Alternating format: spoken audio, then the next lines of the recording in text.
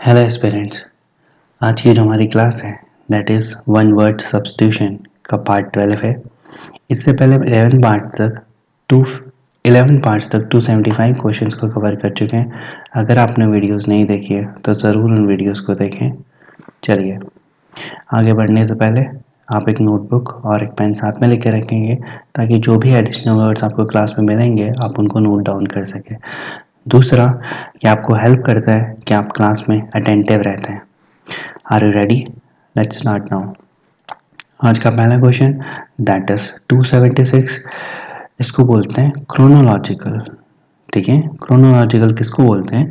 Arrangement in order of occurrence. ठीक है, किसी भी चीज़ को अरेंज करना जिस ऑर्डर में वो हुए थे। ठीक है, जिस ऑर्डर में हुए थे उस ऑर्डर में अरेंज करना उसको बोलते हैं क्रोनोलॉजिकल। ठीक है ना। अगर हिंदी में समझना चाहो तो हिंदी में इसको बोलेंगे काल क्रमानुसार या कालानुसार, समय के अनुसार। ठीक है, जैसे आप बोलोगे कि यार हल्दी घाटी की पहली लड़ाई इतने में हुई थी, दूसरी लड़ाई इतने में हुई थी, तराइन का पहला युद्ध इतने में हुआ था, दूसरा इतने में हुआ था। यानी जो इंसिडेंट जैसे जैसे हुआ था वैसे ही लिखोगे आप। यानी पहले जैसे होगा 1947 में हम आज़ाद हुए। ठीक है, उसके बाद फ्रीडम कब मिली, इन फिर रिपब्लिक डे कब मनाते हैं। मतलब अरेंजमेंट करना किसी चीज़ का ऑर्डर जिस अकरेंस में वो हुआ है, यानी जिस हिसाब से वो हुए। ठीक है, यानी अगर इसको ऐसे समझना चाहो तो सिंपल है, क्रोनोलॉजी के हिसाब से यानी टाइम के हिसाब से जैसे जैसे वो होते रहेंगे वैसे वैसे आप लोगों ने लिखते रहा तो क्रोनोलॉजिकल है, समय के अनुसार उसको बताना। ठीक हो गया। नेक्स्ट दूसरा क्वेश्चन है दैट इज 277। उसको बोलते हैं साइंस ऑफ हेरिडिटी। हेरिडिटी का मतलब होता है आनुवांशिकी, यानी आनुवांशिकी के साइंस को पढ़ना, यानी बेसिकली जेनेटिक्स को पढ़ना। ठीक है, समझ गए ना, जेनेटिक्स। ठीक, यानी जिसे आनुवांशिकी कहते हैं या जनन विज्ञान हिंदी में कहते हैं। ठीक है, तो साइंस ऑफ हेरिडिटी इसको बोलते हैं जेनेटिक्स। समझ आया, याद रहेगा। ठीक, अगला है 278 that is to run away with a lover. देखो, भागना अलग चीज़ है, रन अवे करना अलग बात है। ठीक है, लेकिन अगर विद अ लवर यहाँ पे लिखा हुआ है यानी प्रेमी या प्रेमिका के साथ भागना, उसको बोलेंगे इलोप करना। क्या करना? इलोप करना। ठीक है, जैसे किसी को बोलते हैं ना यार कि उसने भाग के शादी की है, तो वैसा to run away with a lover that is known as elope. ठीक है, ध्यान रखना कि सिर्फ रन अवे नहीं है, run away with a lover है। ठीक है, इसलिए इंपॉर्टेंट है, इसीलिए इस क्वेश्चन को यहाँ पर रखा गया है। अगला है 279 that is with much liveliness and sense of purpose. कि कोई ऐसा व्यक्ति ना जिसमें लाइवलीनेस बहुत है, यानी बहुत एनर्जेटिक है, और सेंस ऑफ पर्पस यानी उसको पर्पस भी पता है अपनी लाइफ का। ठीक है, उसको बोलेंगे जॉन्टिली। क्या बोलेंगे? जॉन्टिली। जॉन्टिली, या इसको सिंपल ऐसा समझो जैसे किसी का नाम जॉन्टी होता है। सुना है आपने किसी का नाम जॉन्टी? ठीक है, तो उस जॉन्टी जो व्यक्ति है उसका मतलब वही जॉन्टिली है, सेम है। तो उसका मतलब होता है चीयरफुल होना, हैप्पी होना, जॉयफुल होना। ठीक है, तो ये जो जॉन्टिली जो व्यक्ति है वो चीयरफुल होगा, बहुत खुश होगा, बहुत हैप्पी जॉयफुल ऐसा रहेगा। ठीक है, तो उसको बोलेंगे 279। यस, अगर इसको टिपिकल लैंग्वेज में समझना चाहते हो जैसे हम लोग समझते हैं, उसको बोलेंगे कि यार वो ना बहुत मज़े में रहता है, तो मज़े में रहने वाला व्यक्ति जॉन्टी है। ठीक है, चलिए नेक्स्ट क्वेश्चन 280। 280 को बोलते हैं सीइंग समथिंग। ठीक है, which is not actually present. देखो यहाँ पे सिर्फ सीइंग लिखा है लेकिन उस चीज़ को हेयर करना भी, यानी कुछ ऐसी चीज़ को देखना या सुनना जो एक्चुअल में वहाँ पर नहीं है। ध्यान से समझना, किसी ऐसी चीज़ को देखना या सुनना जो एक्चुअल में वहाँ पर नहीं है, और वो आप ऐसा क्यों कर रहे हो? क्योंकि या तो आप बीमार हो या तो आपने कोई दवाई वगैरह ले रखी है, कोई ड्रग ले रखा है। समझ गए ना, किसी भी ऐसी चीज़ को सुनना या देखना जो एक्चुअल में वहाँ पर प्रेजेंट नहीं है उसको बोलते हैं हेलुसिनेशन। क्या बोलते हैं? हेलुसिनेशन। ठीक है। तो हेलुसिनेशन का मतलब है कोई ऐसी चीज़ को देखना या सुनना जो एक्चुअल में वहाँ पर नहीं है, जैसे किसी को कहते हैं भ्रम होते रहते हैं, ठीक है, उसको बोलेंगे हेलुसिनेशन। ठीक हो गया। अगला 281 है पर्सन हु इंसिस्ट और अडेरेंस टू फॉर्मल रूल्स और लिटररी मीनिंग्स, उसको बोलते हैं पेडेंट। पीडेंट क्या बोलते हैं? पीडेंट। देखो, कोई अगर इसको ध्यान ऐसे समझेंगे कि अगर कोई ऐसा व्यक्ति है जो इंसिस्ट करता है, ठीक है, आपसे अनुरोध करता है अडेयर करने का, यानी जो रूल्स है ना उन्हीं को फॉलो करने का, जो आपसे इंसिस्ट करता है, या वो बोलता है कि जो लिखा हुआ है केवल उसी को समझने की कोशिश करता है, ठीक है, तो उस व्यक्ति को बोलते हैं क्या? उस व्यक्ति को बोलते हैं पीडेंट। आप इसको कैसे समझेंगे? जैसे कुछ लोग होते हैं ना जो बहुत वरीड होते हैं, बहुत चिंतित होते हैं कि रूल्स के बारे में या डिटेल्स के बारे में। कैसे समझेंगे? कोई ऐसा व्यक्ति जो बहुत बोलता है कि यार हमें ना ये नहीं करना चाहिए, ऐसा नहीं करना चाहिए, ठीक है, रात को 10-11 बजे के बाद बाहर नहीं जाना चाहिए, ये नहीं खाना चाहिए, ये नहीं करना चाहिए, तो वो व्यक्ति पीडेंट है। पीडेंट है यानी बहुत चिंतित होता है, रूल्स के हिसाब से ही चलना चाहता है। जैसे आप उसको बोलोगे ना कि यार 11 बजे रात को पार्टी में जाना है, चलेगा? तो बोलेगा अरे नहीं यार, पता है मम्मी लोग बोलते हैं कि यार, या घर वाले बोलते हैं कि यार इतने रात को बाहर नहीं जाना चाहिए।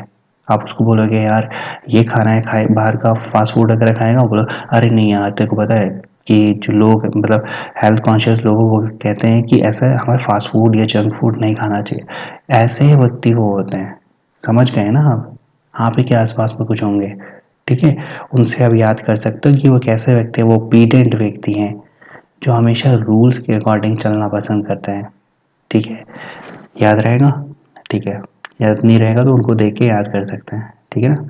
नेक्स्ट 282 282 है that is to be known for bad acts, यानी फेमस तो आप हो लेकिन अपने बुरे काम के लिए, उसको बोलते हैं नोटोरियस।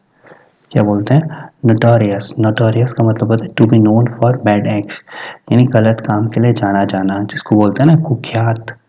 आपने सुना होगा कि कुख्यात आरोपी यहाँ से पकड़ा गया, यानी उसको बहुत ज़्यादा, वो फेमस तो था लेकिन गलत कामों के लिए फेमस था, उसको बोलेंगे नोटोरियस, ठीक है। अगला 283 that is instrument to measure atmospheric pressure. Atmospheric pressure या वायुमंडलीय दाब को नापने के लिए जो इंस्ट्रूमेंट होता है, जो इंस्ट्रूमेंट होता है दैट इज बैरोमीटर। क्या होता है? बैरोमीटर उसे बोलते हैं, हिंदी में इसको बोलते हैं वायु दाब मापी, ठीक है, क्या बोलते हैं? वायु दाब मापी। बैरोमीटर एटमॉस्फेरिक प्रेशर को नापने के लिए यूज होता है, ठीक हो गया, याद रहेगा। Next 284 that is the practice of submitting a proposal to popular vote, ठीक है, उसको बोलता है रेफरेंडम। आप क्या समझे इसका मतलब?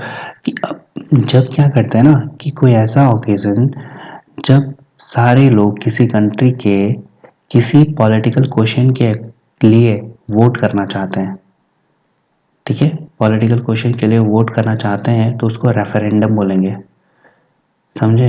नहीं, जैसे सोचो कि अगर ऐसा बोला गया इंडिया में कि रेलवे को प्राइवेट करना है, ठीक है, और पूरी जनता से पूछा गया और उसके फॉर या अगेंस्ट में, यानी उसके पक्ष में या विपक्ष में आप वोट कर रहे हो, तो वो कैसा है? वो रेफरेंडम है।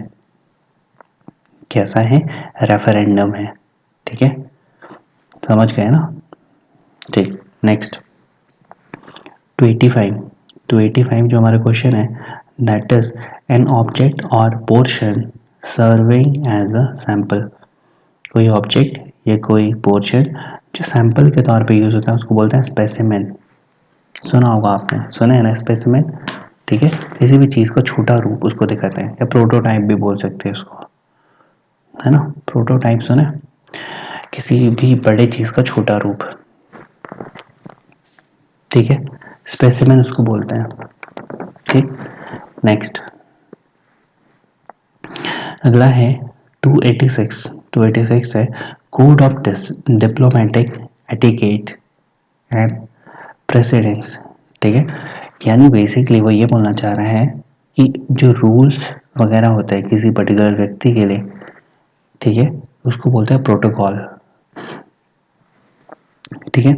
आपने हाल ही में देखा था ना कि जो पीएम है हमारे, उनके प्रोटोकॉल्स को तोड़ा गया था, सिक्योरिटी प्रोटोकॉल्स को बेसिकली, पंजाब में जब वो गए थे वहाँ पर।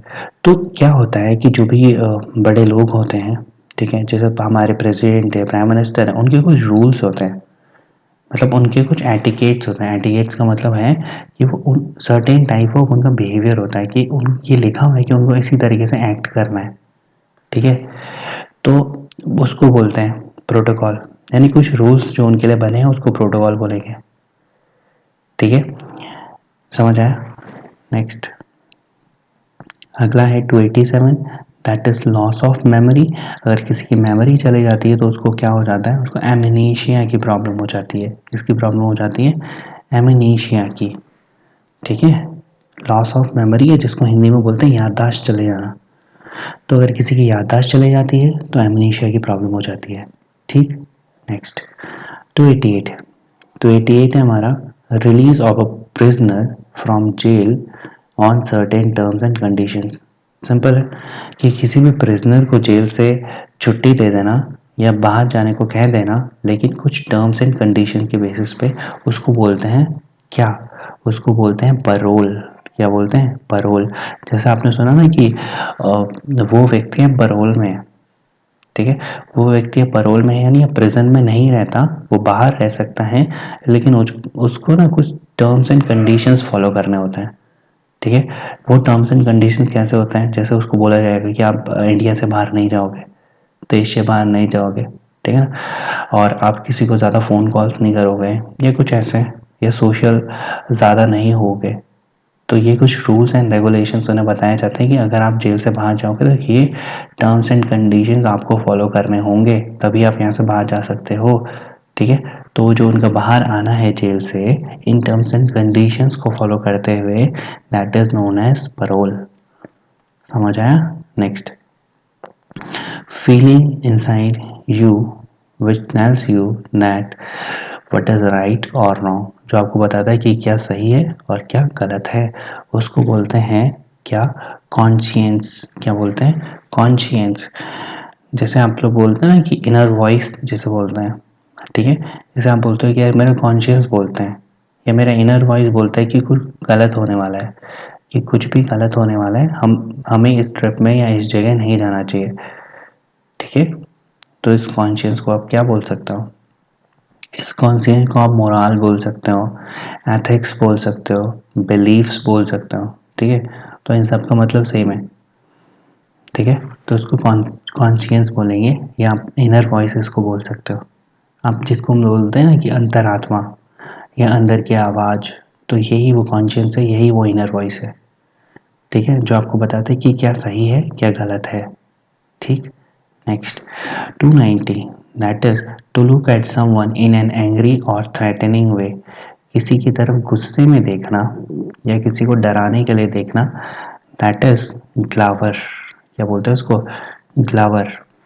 फ्लावर के जैसे ही लग रहा है, ऐसे भी समझ सकते हो, किसी को फ्लावर दे रहे हो यानी उसको आप पसंद करते हो, और ग्लावर दे रहे हो तो उसको आप नापसंद करते हो, तभी गुस्से से उसकी तरफ देख रहे हो।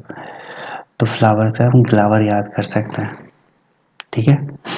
अगला 291, that is pertaining to cattle, यानी जो कैटल से संबंधित है। कैटल किसको बोलते हैं? मवेशी जिसको बोलते हैं ना, गाय भैंस बकरी, इनसे संबंधित है, उसको बोलते हैं क्या? बोवाइन, ठीक है। ये जो बोवाइन है वह कैटल से संबंधित है ना, मवेशियों से संबंधित है, बेसिकली गाय भैंस बकरियों से संबंधित है, लेकिन स्पेसिफिक रूप से इसको गायों के लिए ही यूज़ किया जाता है, बोवाइन को।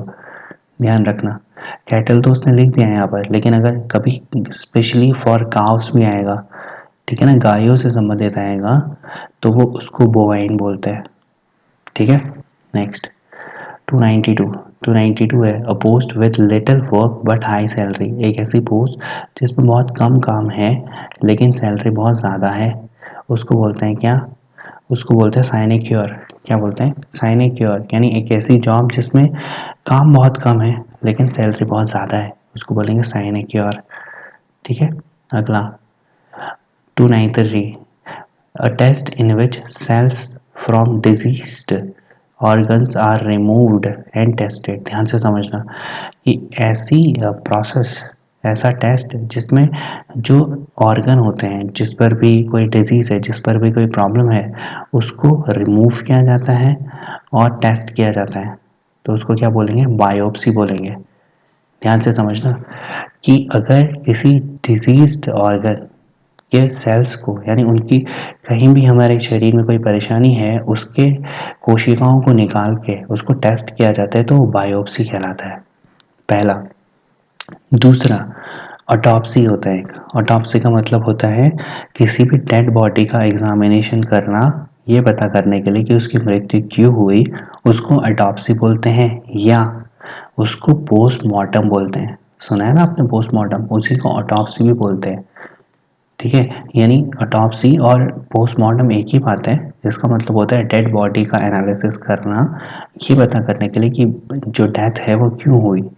लेकिन उसके अपोजिट है बायोप्सी। बायोप्सी जीवित व्यक्तियों का किया जाता है कि किसी भी उनके ऑर्गन में से सेल्स को निकाल के, कोशिकाओं को निकाल के उसको टेस्ट करना, वो बायोप्सी कहलाता है। तीनों चीज़ें समझ आ गई? पक्का इम्पॉर्टेंट है, आप याद रखेंगे इसे। ऑटोप्सी भी पेपर में आया हुआ है और ये बायोप्सी भी आया हुआ है, ठीक है। पोस्टमार्टम तो हमें पता होता है, उससे ऑटोप्सी याद रख लेना, ठीक हो गया। Next 294, that is one who compiles a dictionary. जो डिक्शनरी कंपाइल करता है उसको बोलते हैं लेक्सिकोग्राफर। क्या बोलते हैं? लेक्सिकोग्राफर। कंपाइल करने के बाद लिखने से समझ लो, जो डिक्शनरी लिखता है, ठीक है, उसको लेक्सिकोग्राफर बोलते हैं। और एक और वर्ड होता है जो हम पहले भी डिस्कस कर चुके हैं, मैं आपको बता देता हूँ, दैट इज कैलीग्राफर। सुने? कैलीग्राफर का मतलब होता है ऐसा व्यक्ति जो बहुत सुंदर हैंड राइटिंग में लिखता है, ठीक है, उसको बोलते हैं कैलीग्राफर। और सुंदर हैंड राइटिंग में लिखने की जो प्रोसेस है उसको बोलते हैं कैलीग्राफी, ठीक है। तो यहाँ पे हमने समझा लेक्सिग्राफर। लेक्सिग्राफर का मतलब तो ये समझा कि वो व्यक्ति जो डिक्शनरी लिखता है और जो सुंदर हैंड राइटिंग में लिखता है उसको कैलीग्राफर बोलते हैं, ठीक है। सुलेख कहते हैं ना जिसे हिंदी में, वैसा लिखना। 95, वर्ड्स अटर्ड इम्पायसली अबाउट गॉड। पायस क्या होता है? पायस मतलब होता है पवित्र, इम्पायस मतलब अपवित्र, कि भगवान के बारे में कुछ भी गलत लिखना या बोलना, ठीक है, उसको बोलते हैं क्या? ब्लेसफेमी। ब्लेसफेमी। ब्लेसफेमी का मतलब होता है भगवान के लिए कुछ भी गलत लिखना या बोलना, ठीक है, उसको बोलेंगे। समझ गए? वर्ड्स अटर्ड एम्पायसली अबाउट गॉड, कि किसी भगवान के लिए कुछ भी गलत लिखना या बोलना, उसको क्या बोलते हैं? उसको ब्लेसफेमी बोलते हैं, ठीक हो गया। नेक्स्ट अगला है 296, जिसको हम लोग बोलते हैं list of issues to be discussed at a meeting, ठीक है। अगर किसी मीटिंग में कौन कौन सी इश्यूज पे हमने बात करनी है उसको हम लोग डिस्कस करते हैं, तो उसको बोलते हैं एजेंडा। क्या बोलते हैं? एजेंडा। जैसे पॉलिटिकल एजेंडा होता है ना, वो जो बड़े पॉलिटिशियंस वगैरह होते हैं वो जनता के मीटिंग में बोलते हैं कि हम आपके लिए ये करेंगे, ठीक है ना। तो ये वो सब वादे जो वो करते हैं, that is the part of the agenda, वो उनके एजेंडा के अंदर है, ठीक है ना। कुछ इश्यूज हैं जो उन्होंने फिगर आउट किए कि अच्छा इस पर्टिकुलर जगह में ये प्रॉब्लम्स हैं और इनको हमें सॉल्व करना है, उसको एजेंडा बोलेंगे, ठीक। समझ आया? नेक्स्ट अगला है 297। 297 को बोलते हैं theft of another's persons writing, ठीक है, किसी और की राइटिंग को चुराना या आइडिया को चुराना। And passing them off as one's own, ठीक है, यानी किसी की राइटिंग या किसी के आइडिया को चुराना और उसको अपने नाम से पब्लिश कर देना, उसको बोलते हैं क्या? उसको बोलते हैं प्लेगरिज्म। क्या बोलते हैं? उसको बोलते हैं प्लेगरिज्म, ठीक है। आप इसको ऐसा समझ सकते हो जैसे यूट्यूब पे जिस पे आप ये वीडियो देख रहे हो उस पर कॉपीराइट आते हैं। कॉपीराइट आता है यानी उसमें ये कहा जाता है कि ये जो कंटेंट है वो किसी और का है लेकिन आप इसे यूज़ नहीं कर सकते, तो कॉपीराइट आ जाता है। तो वही कॉपीराइट आने जैसा ही क्या है? प्लेगरिज्म है, यानी कंटेंट किसी और का है, राइटिंग या आइडिया किसी और का है, आप उसे यूज़ कर रहे हो अपने नाम से, तो वो गलत है, ठीक है। प्लेगरिज्म उसको बोलेंगे, याद रहेगा? पक्का? नेक्स्ट 298 298 जो हमारा क्वेश्चन है उसको बोलेंगे इन अ थ्रेटनिंग मैनर, डराने की तरह किसी को, मतलब डराना किसी को बेसिकली उसको बोलते हैं गास्टली। ठीक है, गास्टली। और इसको ध्यान से समझो, इसको बोलेंगे अगर कोई ऐसी चीज़ है जो एक्सट्रीमली यानी बहुत ज़्यादा अनप्लेजेंट है या बहुत ज़्यादा बुरी है, उसको बोलेंगे गास्टली। और ये बेसिकली एक्सीडेंट के लिए यूज़ होता है। ठीक है, जैसे आपने बोला कि I saw a ghastly accident yesterday, कि आपने कल एक बहुत बुरा एक्सीडेंट देखा। ठीक है, बहुत बुरा का मतलब है कि उसमें जो राइडर था उसकी बहुत बहुत बुरी हालत हो चुकी थी, तो वो गास्टली एक्सीडेंट है। ठीक है ना। अगला 299 299 को बोलते हैं a person who pretends to be what he is not, यानी अगर कोई व्यक्ति ऐसा दिखाना चाहता है कि जैसा वो नहीं है, यानी वो क्या कर रहा है, वो इम्पोस्टर कर रहा है। क्या कर रहा है, इम्पोस्टर कर रहा है। ठीक है ना। यानी आप जैसे हिंदी में कहते हैं ना कि बहुरूपिया है, ये छद्मवेशी है ना। तो उसका मतलब ये है कि आप वो बनना चाह रहे हो या लोगों को ऐसा दिखा रहे हो कि मैं ऐसा हूँ, एक्चुअल में आप ऐसे नहीं हो। ठीक है ना। जैसे आपका मूड बहुत ख़राब है लेकिन आप फिर भी लोगों से हंस के बात कर रहे हो, तो आप इम्पोस्टर नहीं कर रहे हो ना। ठीक है ना, प्रिटेंड कर रहे हो जो आप एक्चुअल में नहीं हो। राइट। आएगा। ठीक है, 299 समझ आ गया। नेक्स्ट 300, आज का last question. One who finds nothing good in anything, जिसको कोई भी चीज़ अच्छी नहीं लगती उसको बोलते हैं क्रिटिक। हिंदी में समझो तो आलोचक इसे बोलते हैं। दो मतलब होते हैं, एक तो ये जो यहाँ पे लिखा हुआ है कि एक ऐसा व्यक्ति जिसको कुछ भी अच्छा नहीं लगता है, वो हर चीज़ में बुराई निकालता है, वो आलोचक है। दूसरा, ये क्रिटिक अच्छा वर्ड भी होता है। क्रिटिक्स कुछ ऐसे लोग भी होते हैं, जैसे आपने सुना होगा फिल्म क्रिटिक, बुक क्रिटिक। ठीक है ना। तो ये लोग क्या होते हैं, समीक्षक होते हैं बेसिकली। जैसे किसी बुक या मूवी का रिव्यू वो लोग देते हैं, उसके बारे में बताते हैं कि अच्छी है कि नहीं है। अगर नहीं अच्छी है तो कौन से पार्ट उन्हें अच्छा नहीं लगा, तो फिल्म क्रिटिक होते हैं। ठीक है ना, जिनको समीक्षक बोल सकते हैं। यानी क्रिटिक के दो मतलब है, पहला वो जो हमेशा लोगों की बुराई करते रहते हैं, यानी जिनको कोई भी चीज़ अच्छी नहीं लगती है, आलोचक है वो। दूसरा समीक्षक है, किसी बुक या फिल्म पर अपनी ओपिनियन देते हैं, वो भी क्रिटिक हैं। ठीक है, तो इस तरीके से हमारे 300 क्वेश्चंस आज कवर हो चुके हैं। 25 क्वेश्चन इस पार्ट में हम कवर कर चुके हैं। अगर आपको वीडियो अच्छी लगी है तो लाइक करना, शेयर करना और चैनल को सब्सक्राइब कर लेना, ताकि आपको आगे ऐसी ही वीडियोस मिलते रहें। Thank you so much, take care.